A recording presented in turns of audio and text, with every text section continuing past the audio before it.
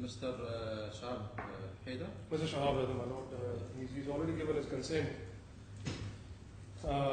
which we've already attached on page 44, my lord, under tab C.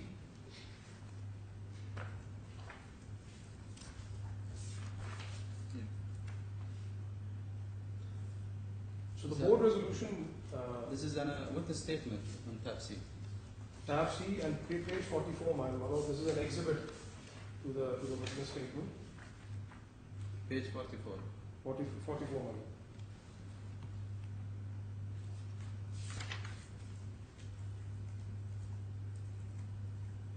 Okay. So the board resolution, my lord, the copy of which is attached on page 39, from page 39 onwards, the board actually decided that the company should be wound up. They sought legal advice at that point in time, and they were advised that the board can actually file a compulsory winding up petition. And under Article 50 of the Insolvency Law, my lord, and there were three grounds identified potentially under which the compulsory winding up petition can be filed by the court, filed in the court and ordered to be wound up by the court. So Article 50, my lord, of the Insolvency Law, A, B, and sub-article E, my lord. A basically provides that the company has resolved that the company be wound up by the court, and we have a board resolution to that effect, which I've just pointed out to your lordship. B is that the company is unable to pay its debts, the company is insolvent. E, that that the court is of the opinion that it is just and equitable that the company should be wound up. Now, if your lordship would allow me to take your lordship through each ground separately, but very briefly, my lord, if I can just point out that I think what's critical to note is that the company was set up as a Category 4 in the DIFC in 2009. It was licensed as a Category 4 firm to basically arrange and advise on financial products and to arrange custody. Unfortunately, this license was suspended, and I'll come to that slightly later. But more or less around the time when the board resolution was passed, the DFSA, the regulator in the DIFC, they suspended the license of the company for various reasons. I have attached a copy of the preliminary notice, and the preliminary notice was confirmed later on by another decision by the DFSA. But coming back to the first August? August 2015? This is what you share? Yes, my lord. This is. If your lordship would allow me to go through each individual ground separately, I'll point out the relevant papers as well. But if your lordship would allow me to go through the first point, the first ground for winding up, my lord, which is Article 50 and sub-article A, that the company should be wound up. The company itself has decided, my lord, that because of the circumstances of the company, it should be wound up and the petition has to be filed in the court. As I pointed out on page 39 onwards, under tab C. Tab C is basically the witness statement of Dr. Muhairi, who is still the main shareholder. He owns shares in excess of 78%, my lord, in the company directly. He's also the chairman of the board, and he was a board member. So the company, my lord, they decided through the board resolution dated 15th of June 2015, and there were 4 board members. Each one of them have signed the board resolution. But the board resolution here, what I have it, only signed by Georgia. It's a director. Yes, my lord. If your lordship will turn to the next page, the same resolution has then been signed individually. For some odd reason, they chose to not sign the same page. Strange board. They don't meet together and sign the same page. Another reason, my lord, they probably did not get along, and it is just and equitable to wind up the company. But this is, my lord, the first ground that the board itself and the board had the representation of the majority shareholder decided on the 15th of June that the company should be wound up and a provision liquidated. But why would you take it on a voluntary winding up? And Voluntary winding up, my lord, if I can take your lordship. and take it to the court. It's easy for you to make it on a voluntary winding up. It is, my lord, but if your lordship would allow me to take your lordship through Article 26 onwards, my lord. Unfortunately, I don't have an insolvency law. Halima, with you, ma'am? No. Unfortunately, I only have one copy as well. No, I have my copy in the court. Please.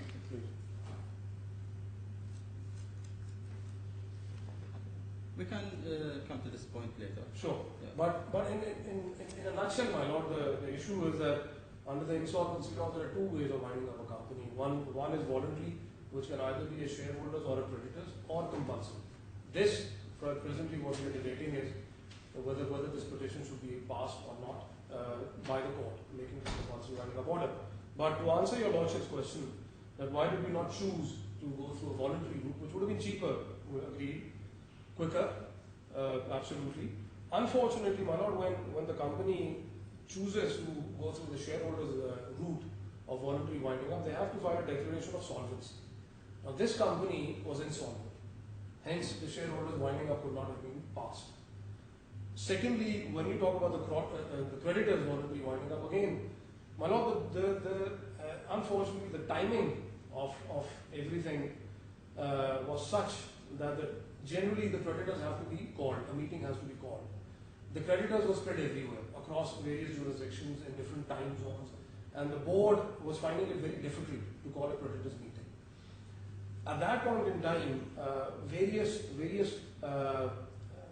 claims were being filed in the small claim tribunal. I've attached a copy of some of them, more or less at the same time when the board decided that it has to go through the court. So one reason was that it was very difficult to get hold of all the creditors. Number two, there were various pleadings being filed, various claims being filed in the small claim tribunal. There was a claim, a threatened claim, my lord, for the CFI, one of the larger creditors. He was threatening to file a claim in the court of first instance in the IFC. More importantly, my lord, there were proceedings pending before the DFSA. Some very serious contraventions alleged by the DFSA, and around about that time, the DFSA, later on, we were given a copy of the decision. A decision was made by the DFSA directing or ordering the company to pay a penalty of $3.2 million to roughly about 21 different investors who had made certain investments through MAS or with the help of MAS. Now, that was one long list of 21 creditors. Add to that about 20-25 employees and certain other individual creditors and financial institutions. So collectively, my lord, at that point in time, we were looking at creditors in excess of 50 in number. So it made a very difficult exercise. And this is not a cheap option to come to the court, my lord, as your lordship would appreciate that on 6th of August, when we filed the petition, we simultaneously requested the Chief Justice for a waiver because the company, as it is insolvent, and there was a court fee of $5,000 which had to be paid. Unfortunately, the company did not even have that to pay. So we started off with requesting for a waiver, which unfortunately the request was turned down. Then you represent the company on pro bono scheme? No, my lord. We've been assured our fee is being now paid by the majority shareholder. But obviously, one of our prayers, my lord, towards the end of. Mr. Shahab aware of that? He's aware of it. We've already taken him on board of that.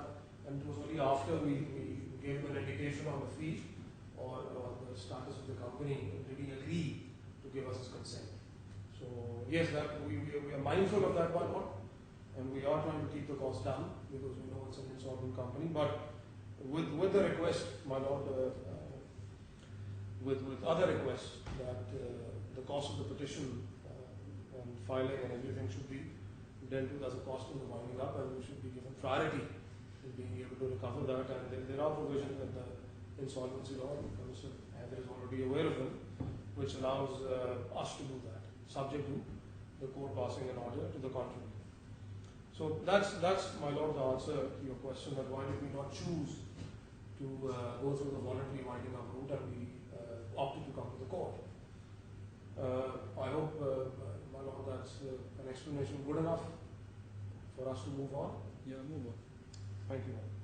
So coming back to the ground, my lord, the first of the three grounds is that the company decided that the matter should be dealt with by the court. The board resolution, which I've just pointed out to your lordship, was passed on the 15th of June, and we filed the petition a couple of months after the decision was taken. Ground number 2, my lord, is the company is insolvent. If your lordship would be kind enough to take a look at tab C, my lord, page 12.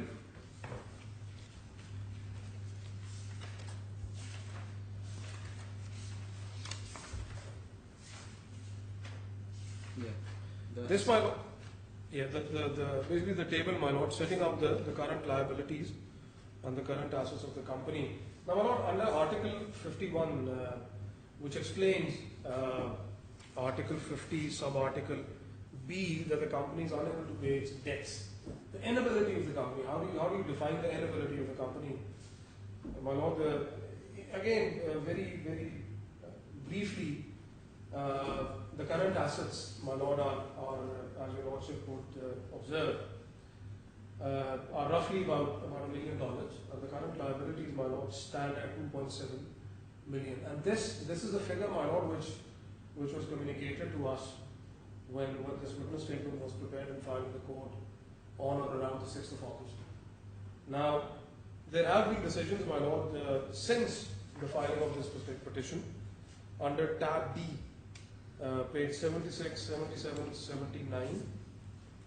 Again, these are employee claims. They are not significant amounts, but they show how quickly the claims are stonewalling against the company. The liabilities are increasing, my lordship, on a, if not on a weekly basis, on a monthly basis.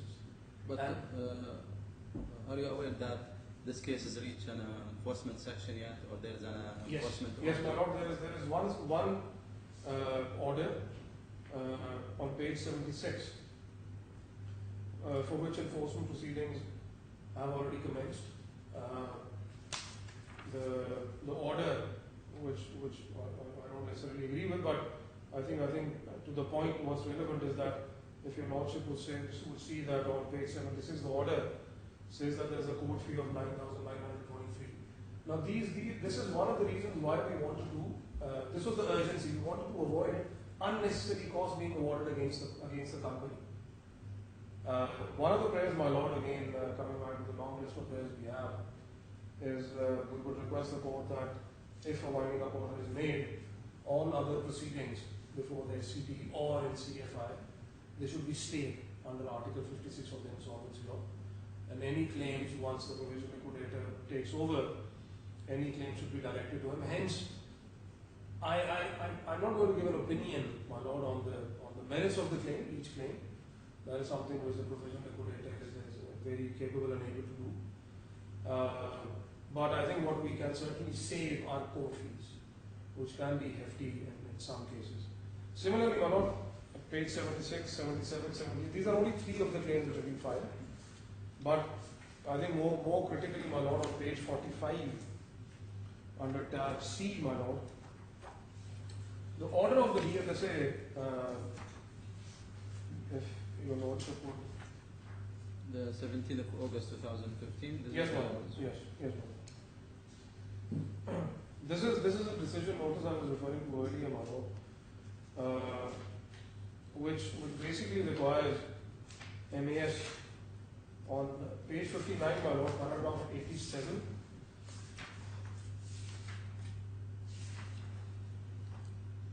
Which requires MAS, my lord, to the company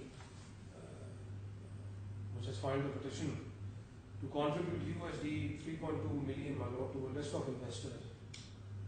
Now, this is again a current liability which stands on the head of MAS. So add all of these amounts to what has been set out on page 17 under the current liabilities head, of Dr. Mubashir Ahmed Sheikh's witness statement. So this amount, my lordship, put together, we're already looking at something in excess of well above $5 million. Again, my very humble request, my lord, is that this should sufficiently set out the inability of the company to pay the debts as they fall due. Hence, satisfying, my lord, the requirement under Article 50, sub-article B, as explained under Article 51 of the Insolvency Law. Ground number 2 for seeking the winding up of the company. The last ground, my lord, I think similar to the previous grounds is made up on the basis of facts as provided in Dr. Mubashir Ahmed Sheikh's witness statement, my lord. On page 33, for instance, my lord, and page 37 are attached two decisions. On the tab C, my lord, page 33, Yeah. which was basically a decision From the suspending the license, financial services license, my lord, of MAS Clearsight. And this was confirmed by a decision, my lord, on the 6th of July, given on page 37, my lord. So the decision was confirmed. Now the license of MAS Clearsight should be suspended. This is my lord, I think very damaging for the company, but obviously this is something which establishes very clearly that generally under the grounds, my lord, of under this head of just and equitable winding up, one of the established grounds, my lord, under established landmark cases, case law, is that if the company has been set up for a specific purpose, and if that purpose cannot be achieved for whatever reason, then the company should be shut down. The company should shut its operations. As I had mentioned earlier, my lord, the company was set up as a financial services company, licensed by the DFSA in 2009, carried on its business, rightly or wrongly, good or bad. Basically, decisions were taken. Unfortunately, 2015, they reached a point where the business could not be carried on any longer. DFSA intervened and the license was suspended. So I think we can very clearly see that the license has been suspended. One, the company cannot carry on its business, and there is a good enough reason, or there are good enough reasons, to satisfy the requirement of just and equitable winding up. So if nothing else, my lord, I would request that your lordship pass a winding up order on the basis that either the board has made a decision to wind up the company, or the company is unable to pay its debts. If not, then on the basis of just and equitable ground, my lord, the company cannot be allowed to function any longer. I think the only way forward, your lordship would agree with me, is to appoint an independent professional liquidator who should immediately, my lord, take over the reins of the company, whatever is left of it, whatever value there may be in the company, take that over and start the winding up process by calling a creditors meeting. But I think in the immediate future, my lord, I think what we would need is certainly, coupled with the winding up order, a stay order, like I pointed out under Article 56, my lord, if your lordship. And this is the stay order is coming. If I grant the Yes, petition, yes. then the other stay procedures. order, there is other procedures coming for advertisement and etc. Yes, etc. that will follow up. Yeah, That will and follow up. return date. Yes. After the return date, we'll have a hearing. From that hearing, I can stay if there is no objection from the Yes. third party Yes, my lord. or one of the shareholders. If your lordship Then allow we me- can stay the procedure from Yes, that day. Yes, my lord. This is a logically and according Agreed, my lord. If I may draw the attention of your lordship to the draft order, my lord, which I have attached on as page 82 under tab E. I think Your Lordship, it would be useful if the return date can be fixed, but subject to a third party filing an objection. If I understood Your Lordship correctly, this is what Your Lordship was pointing towards. So if there is no third party coming in to challenge or objecting On the 10 day. before the return date, there has to be, I think we can have a return date fixed 2 weeks from now, and any objection has to be filed within 2 weeks or 28 days? Is there a minimum period? No, I'm not aware of any minimum period. But even if it's, hypothetically speaking, even if it's 28 days, then I think any objection has to be filed at least 7 days prior to the return date. If there are no objections filed, then I would request the court that there shouldn't be any return date. And we issue an order direct without a hearing. Yes, ma'am. Yeah, I got Yes, it. ma'am. Yes, ma'am. So I think that is the last point. One minor, perhaps, issue, my lord, is that I think we need to be, everyone is mindful of the insolvency of the company, but at the same time, we want to make sure that any expenses incurred, my lord, in filing the winding up under Article 48 of the insolvency law, my lord, if an express order can be made in terms of any expenses incurred in the winding up should be prioritized to all other claims. I think this will only be fair, and I think just under the circumstances.